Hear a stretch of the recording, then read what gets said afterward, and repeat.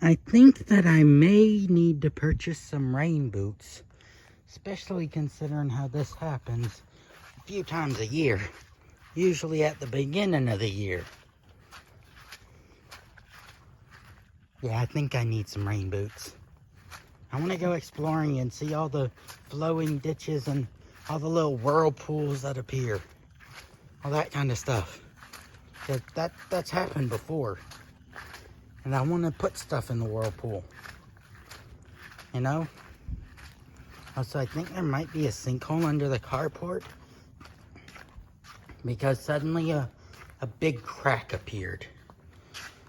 Either it's been there for a while and the rain just made it more noticeable, or there's suddenly a gigantic fissure in the concrete. I like that word, fissure. Sounds kind of like fission, but it's fissure. And it's kind of the opposite. Isn't fission that thing stars do where they fuse atoms together in their core, and then that makes a bunch of energy that gets turned into light?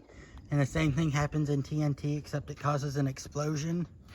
And fissure is when there's a huge crack in something and it splits it apart. So it's kind of the opposite. Also, look at how much pollen there is. There's no more water in that. I dumped it out. Now all the pollen is in here. Heck, the pond is covered in pollen.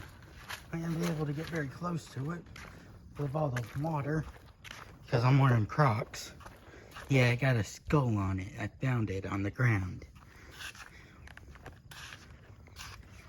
And coincidentally, the same day that I put the skull on, my straps broke off. So it's like I put a skull on my Crocs and they decided that means they were dead. But yeah, you can see from here the sheer amount of pollen that is sitting on the surface of the pond. There's just gigantic puddles everywhere. Because this isn't lawn, this is land. Wild, untamed land.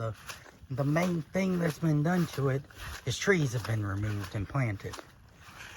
And power lines and an access road have been added. But other than that, it's just wild, untamed Florida land. So the water table is already pretty high. So whenever it rains, it tends to flood. Yeah.